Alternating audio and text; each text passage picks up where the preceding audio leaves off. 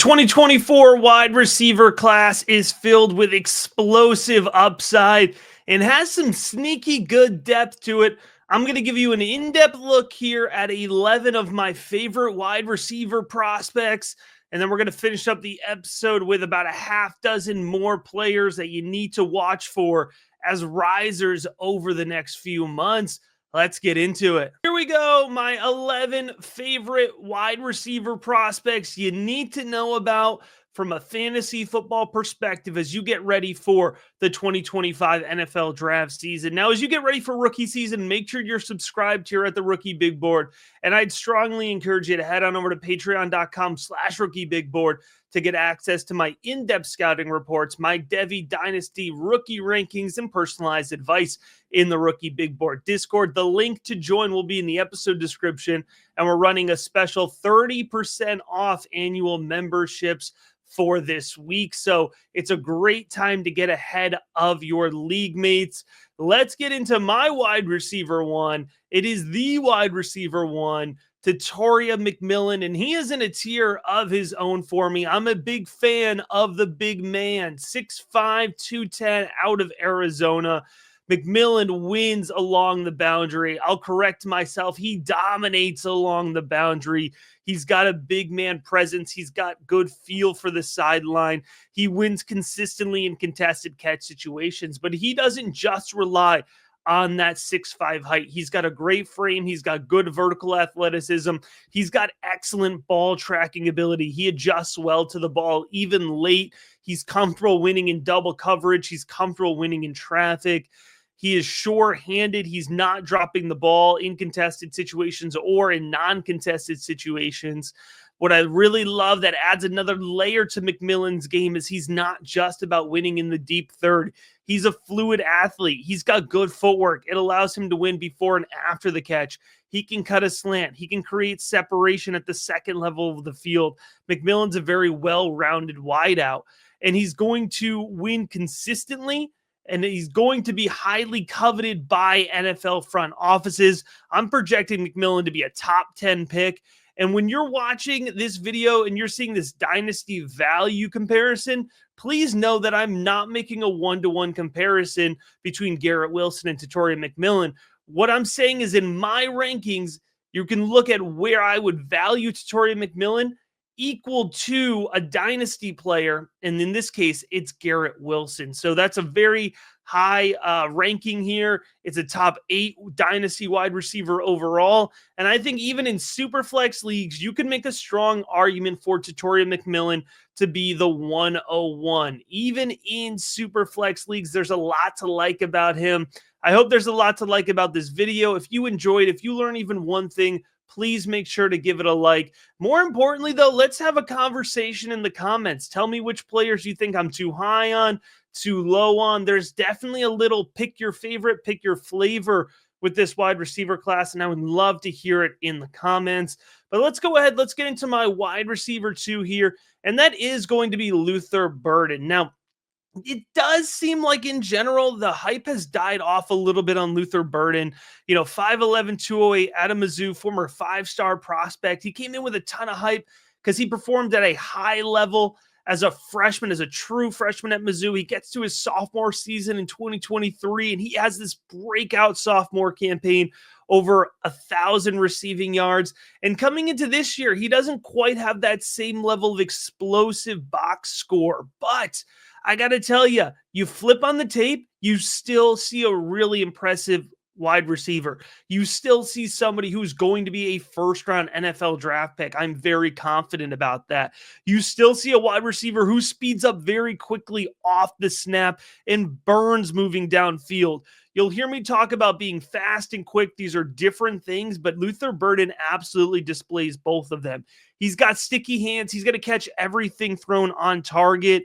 Now, Luther Burden, he wins along the seam, and in the Eli Drinkowich offense at Missouri, that the slot receiver is really, think about him as the X receiver. So Burden was playing inside in his sophomore and junior campaigns, but he was really playing as the X receiver, and it allowed him to chew up along the seam often. Defensive backs have to honor his speed, and so those comeback routes are very effective. But Burden wins at the first level with those comebacks. He wins along the seam in the second level, and he wins into the deep third with his post and go routes as well. So this is a player who, although he's been pigeonholed in the slot in the NFL, he can play big slot. He can play as a flanker. So there's a scheme versatility that comes with Luther Burden. I really like his release. Big points for a wide receiver prospect when they consistently win on the release, and he does, and he separates downfield very well. I'm projecting Luther Burden to go in the mid-first round of your Superflex leagues, and I don't expect him to be the wide receiver one for fantasy football purposes, but I think he's got a shot at being a top 10 wide receiver on any given week, and he'll consistently fall somewhere in the wide receiver 13 to 24 range, a really consistent wide receiver 2 for your fantasy football lineups, and you need those players. Those are valuable players, and Luther Burden absolutely could be that guy. Now, at third in my wide receiver rankings, this might come as a little bit of a surprise, but I got to tell you, when it gets to NFL draft season, I promise you are going to be enamored with Isaiah Bond, the wide receiver out of Texas. He checks all the boxes for fantasy football favorite. 5'11", 180. As I mentioned, playing out of Texas. He spent his first 2 years at Alabama. He said he made a business decision upgrading from quarterback Jalen Milroe and heading to the Steve Sarkisian offense, and I absolutely think he did. He showed this season his explosive game-breaking potential. If you are a fantasy football manager that likes to draft for upside, you are going to be getting heavy exposure to Isaiah Bond. He works the full route tree, though. So we're going to talk about a guy who's a speedster. He gets off the line of scrimmage well. He wins off the release. He's got sharp footwork. He's got yak appeal, that yards after catch ability. He can be elusive. He can shake guys in space. But on top of all of that, he is not a one-note guy. He runs a full route tree. I like the way that he runs drags at the bottom of the tree. He consistently wins on his out route. He wins through the middle of the field, and he absolutely can take the top off a defense with the go route. He's the type of guy who's going to pop off the screen in Indianapolis, and he's going to pair all of that with good ball tracking ability and reliable hands. He's everything you love from that fast, exciting wide receiver, but he's got the skill set to back it up to consistently produce at the next level, and that means he's going to consistently produce points for your fantasy football lineups. In the mid-first round, he's going to have a really nice ADP, again, if you want to lean into that upside. So here we go, wide receiver 4. This is the most difficult evaluation for me, not just of the wide receiver position, but overall in this draft cycle. And yeah, you might have guessed it. It's Travis Hunter, the wide receiver out of Colorado. And I fully expect comments on this video saying that I'm too high on Travis Hunter, and fully expect comments that say I'm too low on Travis Hunter. He's definitely a polarizing prospect. When I go through my evaluation process, I stick to a formulaic process, and it really helps keep me honest with the way that I evaluate prospects. The 3 key buckets are tape score. So I'm looking at the film, I'm giving them a grade. I'm doing NFL draft capital projection, but a big one, and it sounds simple, but folks, I promise a lot of analysts miss this. I actually think about the way these guys are going to plug into a fantasy football projection spreadsheet, right? What are those actual points that are going to equal wins for your fantasy football roster? So those are the 3 buckets. When it comes to tape grade, let's start there, because Travis Hunter as a wide receiver absolutely shows everything you want to see. He has a fantastic tape score for me because he is explosive off the snap. He's got smooth speed moving around the field. He navigates the field with absolute ease. I don't like to overuse this term, but he's a natural. He's got a natural feel for space. He's got a natural feel for how to improvise, how to win consistently. And he has absolutely ridiculous hands. He's got an excellent catch radius. He's got ridiculous ball tracking ability. If you're looking for highlights, there is no better highlight reel machine than Travis Hunter, consistently winning with the defensive back draped all over him, consistently winning in double coverage, catching a ball thrown off target from Shedeur Sanders consistently, right? So big check mark there when we're talking about the tape grade that comes with Travis Hunter. NFL draft capital, I mean, he very well could be the first overall pick. I'd say lock him into the top 10. So he maxes out the draft capital score. Where is he getting knocked in my formula and my process? It's fantasy football projection. At this point, I'm just not sold he's not going to be drafted specifically as a defensive back, right? So this formula is working in a very conservative fantasy football volume projection here. But consider him my wide receiver 4 under the premise that he does get some snaps at wide receiver, right? Say he gets 4 or 5 targets as a wide receiver per game. That's kind of what we're looking at here. And yeah, maybe he does have a game where he's got 80 yards and a touchdown off of 4 targets, but he's also going to have games where he has 0 yards off of 2 targets, right? And that's if he plays both ways at all. I don't see a world where he only plays wide receiver. It feels to me that defensive back has to be a big piece of this, because as good as his tape is for wide receiver purposes, his tape as a defensive back is even better. And I think that's going to be more valuable to teams drafting in the top 5, which is where Travis Hunter absolutely should be going. So let's get back to a little bit more of a traditional prospect here. My wide receiver 5 is Emeka Egbuka out of Ohio State. And I consider Emeka Egbuka to be the forgotten wide receiver in this class. He's a really reliable underneath threat for Ohio State. He consistently won on those drag routes, on those curl routes, on the out routes. He was kind of pigeonholed into winning at the first level of the field, but he did that very well. And I think NFL teams are going to value that, especially when you consider the fact that he's 6'1", 206. So he's got a good frame to be doing that. He's a fluid athlete and he's got a good short area quickness. And he has sure hands. He's got good ball tracking. He's reliable. I like Egbuka's ability to absorb contact and shake defenders after the catch. So although he doesn't rely on yak potential to be able to put up points, he can win after the catch. And I do still project Egbuka to be a top 50 wide receiver, top 50 overall pick in this class. I think a lot of people have waned off of that. And that means I think his ADP is going to be closer to the early second round. But each and every year, one of the big things we see in the rookie big board, we talk about, we hype up, we lean into, is you could get some smash value in the early second round. That's when we were in the rookie big board. We're drafting Justin Jefferson, when we were drafting T. Higgins, right? And so Emeka Egbuka absolutely could return some really good value there in the early second round. But let's get into my wide receiver 6. And I got to tell you, this one, it doesn't feel good. It doesn't feel good, but I'm following the process, and there is so much upside to be had with wide receiver Evan Stewart out of Oregon, transferred after 2 seasons at Texas A&M, and he's looked good in the Dan Lanning offense at Oregon. I don't think he's looked as good as we've hoped. He hasn't produced as consistently as we've hoped, but when you actually put on the film, watch him play, everything he puts onto film is impressive. So he's 6'0", 175. He's got excellent hands. He's got great ball tracking ability. He consistently wins off the release with a really nice first step. And he's got physical hands. For a guy who's 175, he's scrappy. He's using physical hands. He's getting off of that press coverage.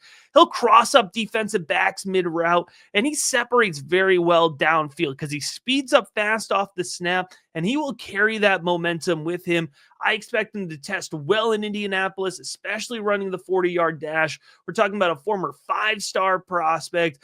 I can't say with absolute confidence he's going to be a top 50 pick, but when I think about all the upside that's baked into his profile, I feel pretty good that an NFL team is going to convince themselves that Evan Stewart is a top 50 pick. And I absolutely believe that if you put him in the right scheme, in the right spot, he can produce consistently for fantasy football purposes. He's going to have wide receiver 1 upside.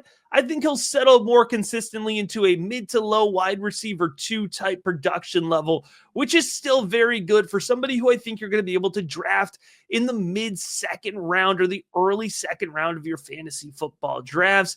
The next guy I want to talk about here, wide receiver 7, is Elic Ayomanor. And this is somebody who I don't fault you if you're not familiar with Ayomanor's game quite yet, but I'm telling you, you will, because he's going to gain some really nice momentum once folks kind of tune in and start to see what's been going on over there in the Stanford offense. So 6'2", 210. Ayomanor, he's a really well-rounded prospect. He reacts very well to off-target and underthrown balls. And folks, I got to tell you, I'm not trying to harp on this quarterback play at Stanford, but there were a lot of off-target and underthrown balls. And so Ayomanor, he showed his competency quite consistently in that department. He catches the ball well in stride and turns upfield. It equals some really nice yards after catch upside. I know that's something a lot of fantasy football managers like to really lean into, but I like to see Ayomanor's ability to consistently win positioning around the field, and he battles through contested situations. He's got physical hands. He's aggressive. He's going to win that space battle, and you pair that with his ability to beat defensive backs off the release. He does well in press coverage. He finds soft spots in zone coverage. It's a former 3-star prospect. He's playing at an under-the-radar school. Not a lot of folks are talking about Stanford, but I'm going to be talking about Ayomanor because I think we're going to be talking about him a whole lot more here in a few months. Let's get into my wide receiver 8. That's Tez Johnson out of Oregon, 5'10", 165. And I got to tell you, I think I could end up with a lot of Tez Johnson if he goes in the mid to late second round of Superflex rookie drafts, which is where I'm currently projecting him to go. And what's the reason? Because almost everything about his profile is jump off the charts exciting, right? Johnson, he gets off the snap fast. He burns moving downfield, so he's a super fast and quick wide receiver. He closes space well. He moves well east and west and north and south, so he really navigates the entire field in a really explosive manner. You're going to pair that with good hands, good ball tracking ability. And listen, I'm not trying to act like he's got a huge frame. I mean, he's 5'10". He's limited in his frame, but he uses what he's got well. He extends his frame, and he's able to go and get off-target balls. So I said almost everything. He does almost everything at a really exciting way. Here's my big hesitation with him. He's got a lot of manufactured production, right? And so when I say manufactured production, I mean, he's getting the ball at or near the line of scrimmage. They're working the ball into his hands, on a pitch or, a pass behind the line of scrimmage. They're getting him in the end zone. They're doing it, or in the backfield, I should say. They're doing a jet sweep, right? So it's this type of college level scheming that you can't rely on and you can't reliably project at the next level, right? Like the biggest example of this was I faded Rondale Moore because he had a ton of manufactured production. Now, I think you can justify that with scheme in a way that you can't do for everybody. I think when I look at Tez Johnson's skill set, I see somebody who can be deployed differently in the NFL. So it's not as big of a red flag for me as it normally would be. Let's call it a solid yellow flag because the rest of the profile is really exciting. And I think my wide receiver 9 is exciting as well. That's Miami wide receiver Xavier Restrepo. And by the way, I'm 9 wide receivers deep in ADP projection. We're moving into the back end of the second round at this point, and we absolutely still have wide receivers that I am legitimately excited about. I know there's folks that have Xavier Restrepo closer to wide receiver 5 or 6, and if you're there, hey, more power to you. I'm about it. I like Xavier Restrepo because I see somebody with good lateral agility. I see a player who wins really well moving east and west, so he's got good lateral movement ability. He's got sticky hands. Let me tell you, Xavier Restrepo is fearless working over the middle of the field. He'll catch the ball. He'll get popped. He'll get blindsided. He'll keep moving forward because he catches the ball well in stride, and he's got some really nice shake after the catch as well. So he's got some elusiveness. If you've got him one-on-one in space, Xavier Restrepo could absolutely make the most off of that. And he thrives off of primarily routes at the bottom of the tree. So you're going to see him work those drag routes really consistently. I like his release, his footwork, his ability to separate off a slant route. And if you know me, you know I love a wide receiver who can work a slant route. He also does well in his post route. So there's a little bit of ability to work downfield, but I do think Xavier Restrepo is going to work best in that big slot type role, which is not a limiting role in the NFL anymore. So Restrepo, he could be a really perfect storm. You get him in a good landing spot where you can project 75 to 80 targets, and he would be an absolute steal in the back end of the second round of rookie drafts. Let's get to my wide receiver 10. We're into double digits, the penultimate wide receiver that we're going to talk about on this episode. And that is wide receiver Tre Harris out of Ole Miss. And I think I might get some negative pushback on this one for sure, because Tre Harris, excellent production this year. And when I watch the tape, I see a player that I like. I still think he's going day too late, right? So we're talking about 10 guys plus that I think are going to be drafted in the first 2 days of the NFL draft.